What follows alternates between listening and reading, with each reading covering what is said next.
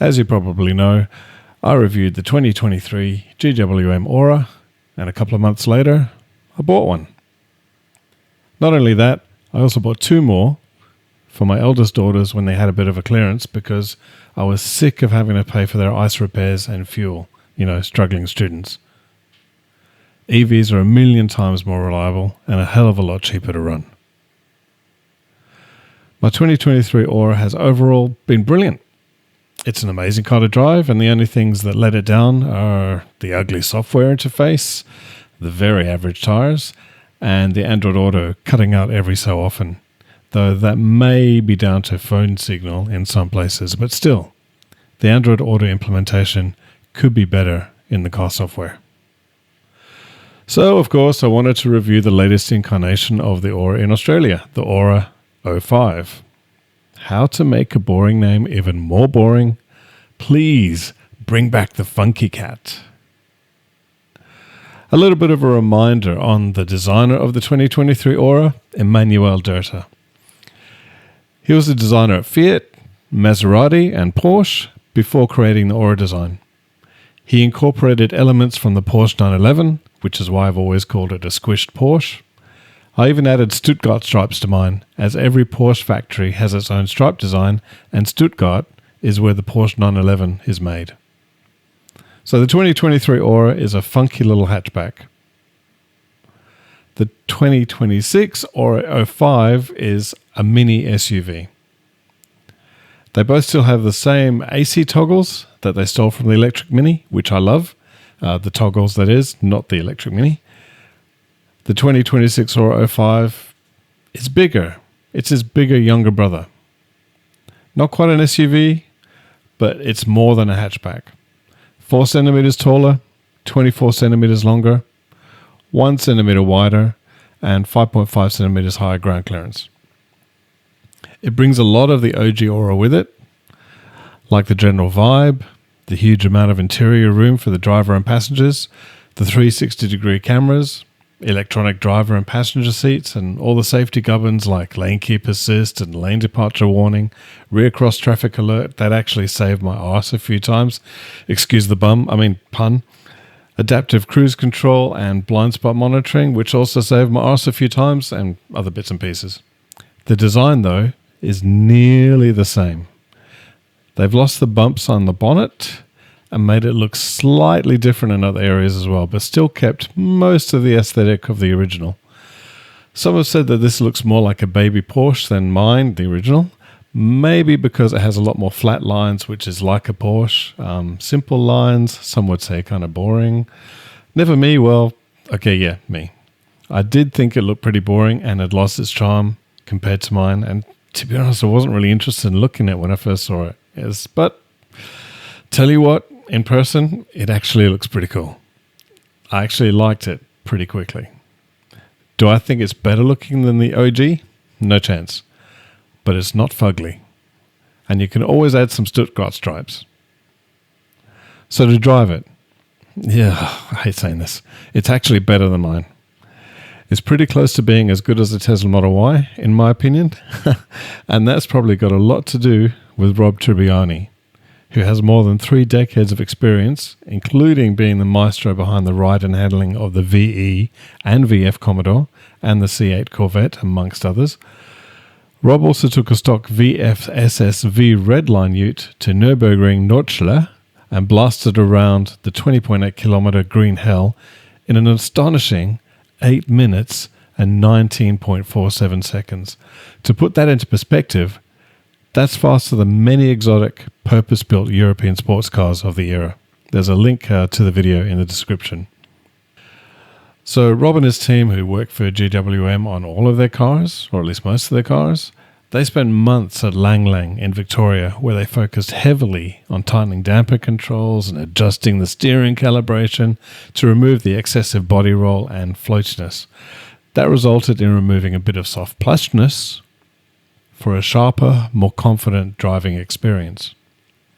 The changes have been so effective that the same suspension configurations are being rolled out to models sold in Europe, South Africa, and Brazil. Great job, Rob. Fun fact, Rob's dad worked at Holden for more than 40 years with the chassis team. One day he brought home a logbook of all the changes the team had been making to some Commodore. 9-year-old Rob read it and decided he wanted to do vehicle dynamics for Holden.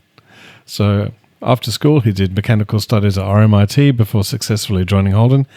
And he's naturally a great driver, so he could drive a car and understand the vehicle dynamics, which is why he drove it on the Nurburgring. Okay, where were we? Oh yeah, great car to drive, still good looking, but not as good looking as mine. Talking about looks, check out the colours. White, cyan and red are available on both specs, the Ultra and the Luxe, and come with dark grey black synthetic interior for Luxe and cream dark grey leatherette for Ultra. Black pink are for the Ultra exclusive colours and come with the cream dark grey leatherette interior. Grey is the other Ultra exclusive colour, but it comes with the black interior. The white is part of either package. Any other colour is $600 extra. Okay, you got all that? But I think it's great that there's a pink option. Dare to be different. I sense a Flora number plate sometime, somewhere. So what do these two versions cost and what's the difference? The spec names are confusing, but the Luxe is the base model and yours for 34k drive away. Both battery specs are exactly the same. They've both got an LFP battery with 58.3 kilowatt hours, 150 kilowatt front motor, which has 260 Newton meters of torque. The Ultra is only 3k more at 37k drive away, and it adds heated and ventilated front seats, heated steering wheel, power adjusted driver memory profiles, sunroof with electric sunshade, 9-speaker sound system, wireless phone charger pad, which actually has a little AC, little kind of slot in there to keep your phone cool, 19-inch alloy wheels, black and pink colours with cream and dark grey leather interior, except for the grey, obviously, which has the black, like I told you, and an electric tailgate. Honestly, I don't know why anyone would bother with the Luxe. Just get the Ultra for 3k more plus $600 if you want anything other than white. But what about the software, I hear you say? You said yours kind of sucks a bit in your old Ora. Yeah, I kind of did, actually. And I hate to say it, but the software from my limited play of it in the 05 is excellent. There's a big screen with all the gubbins and the brand new Coffee OS and a little screen in front of the driver for your essentials if you don't want to look at the big screen. So in mine, the 2023 Ora, there are two 10.25-inch displays horizontally next to each other. In the 05, it keeps one of the 10.25-inch displays, the little one in front of the driver, and now has a 14.6-inch ultra-wide screen in the middle. It has a faster processor, much better menu structure, comes standard with Apple CarPlay and Android Auto. Android Auto actually worked really well with my phone. It was quite simple to set up. The 05 even has an app in Australia now called GWM Connected Services. See what I mean about the boring names? That has an Aussie eSIM, which you get for free for the first 2 years. So with the app, you can remotely manage the climate preconditioning, EV monitoring, like your battery charge and range, car tracking and e-fence, so if someone steals it, you've got a live GPS locator, and a boundary alert. If someone you borrows it maybe, and you say, you're not allowed to drive out of these places, and they do, then you'll get an alert. Maybe good for the kids.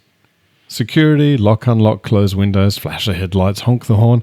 I think that is going to be a lot of fun. Imagine some people walking in front of your car and you honk the horn really loud. Automatic collision notifications and emergency call support. Another improvement, though pretty much anything is an improvement over my Ora user interface, is the temperature controls via the software. They're so much easier to get to. They're right there on the front screen. Easy to use. So much better than needing a degree in advanced physics when trying not to freeze your ass off in my car, because the temp often defaults to subarctic conditions. So what else is better? Well, you get a 362-litre boot, 120 kilowatt DC fast charge. Yes, it's true, 120 kilowatt DC, even though some early reviews overseas and elsewhere said 80 kilowatt. This means you can juice up your car from 10% to 80% in just 30 minutes. There's AC in the rear. There's USB socket in the rear. There's a driver monitor, which actually isn't that bad. I had to look away for quite a bit before it complained when I was testing. There's mood lighting, perfect for those romantic chicka chicka boom booms. There's VTL, vehicle to load, so you can plug things in and, also perfect for those romantic chicka chicka boom boom accessories. There's heated front seats. My Ora only has a heated steering wheel. There's ventilated front seats, 750 kilogram towing capacity, and the indicator sound is a click. And the stalk is now on the right instead of the left in mine. And bloody hell, they even managed to stick a space saver spare wheel in the boot under the floor tray. It's crazy. For a small electric SUV, that's basically a unicorn. In the 2023 Ora, an owner literally did Spider-Man level engineering backflips to modify and cram a Kia Stinger spare wheel into the boot space. So read Adrian Patterson's post in the GWM Ora Owners Group Australia Facebook group. GWM actually listened to Aussie complaints and gave us a proper factory spare. Well done, GWM. I had AI do the dirty work for me and analyse all the Australian media reviews of the Ora 05 and some competitors, which are all around the same price bracket, and compare them for real world range, so not WLTP, this is real world, mixed freeway and city driving, where the Ora 05 is in the middle of the pack with about 379 kilometres. The BYD Atto 2 Premium fares the worst at 336 kilometres, and the MG4 Urban wins with 403 kilometres. Efficiency.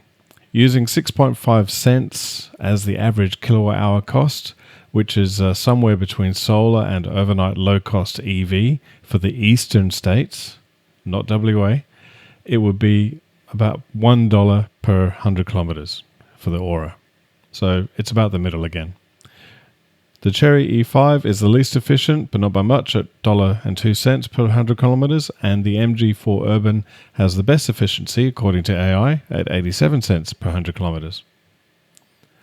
All the warranties are decent. The Ora and the Cherry are both 7-year unlimited on the car and 8-year unlimited on the battery. JQ-J5 is slightly better by 1 year on the car. The rest are limited kilometres, and probably the best of those is the MG4 Urban with a 10-year car warranty and 8-year battery. The Atto 2 Premium is the worst in this category, with 6 years on the car and 8 years on the battery, but 150,000 kilometres and 160,000 kilometres respectively. One thing pretty much no one ever mentions or thinks to check on are service costs. These aren't ICE cars. It shouldn't even cost as much as you can see on this page to do a typical regular service. My 2023 Ora is $99 per year. GWM have nearly doubled that in the Ora 5 to be $195 per year, which is $1,365 over 7 years. The JQ-J5 is slightly lower at $190 per visit, so $1,330 over 7 years. As with my review on the original MG4, service costs for the MG4 Urban are still the highest for an EV for a car in this price range. They have a weird alternating $295 and then $810 service cost, which is $3,610 over 7 years. But definitely check on their latest figures though, as I'd actually thought they'd lowered their service costs, but Claude AI disagreed. Feel free to give your info in the comments. The Cherry E5 is $1,586 over 7 years. BYD Atto 2 Premium is around $2,338 over 7 years, and the Leap motor is around $2,590 over 7 years. So I hope this graph that I created with Claude's help is actually useful for you to compare cars within the same kind of price range. I really didn't think I'd like this car too much, but the only things I can pick on are the design, though it's not too bad, especially compared to most other offerings out there, which are kind of all carbon copies. The headlights, yeah, part of the design, but the OG Ora has much nicer, funkier headlights with circle illumination when indicating, instead of these couple of lights near the center of the current Ora. There's no Aurora Green available, which is the best color ever. I may be biased. The charger port being on the right instead of the left, where our curbs are. Having to push further on the brake pedal to engage auto hold, much easier in my Ora. The safety settings reset when you turn the car off, so you'll have to go to the shortcut menu to turn them off again, so e.g. lane keep assist, one pedal driving, etc. Exactly the same as the 2023 Ora and most of the cars out there that like to keep their ANCAP safety rating at 5. And that's about it. Honestly, that's all I can complain about. A few minor little niggles. The car is excellent. And it's amazing value for money. So, what can I say? Just put it on your shortlist. Go have a drive. Thank you. Bye.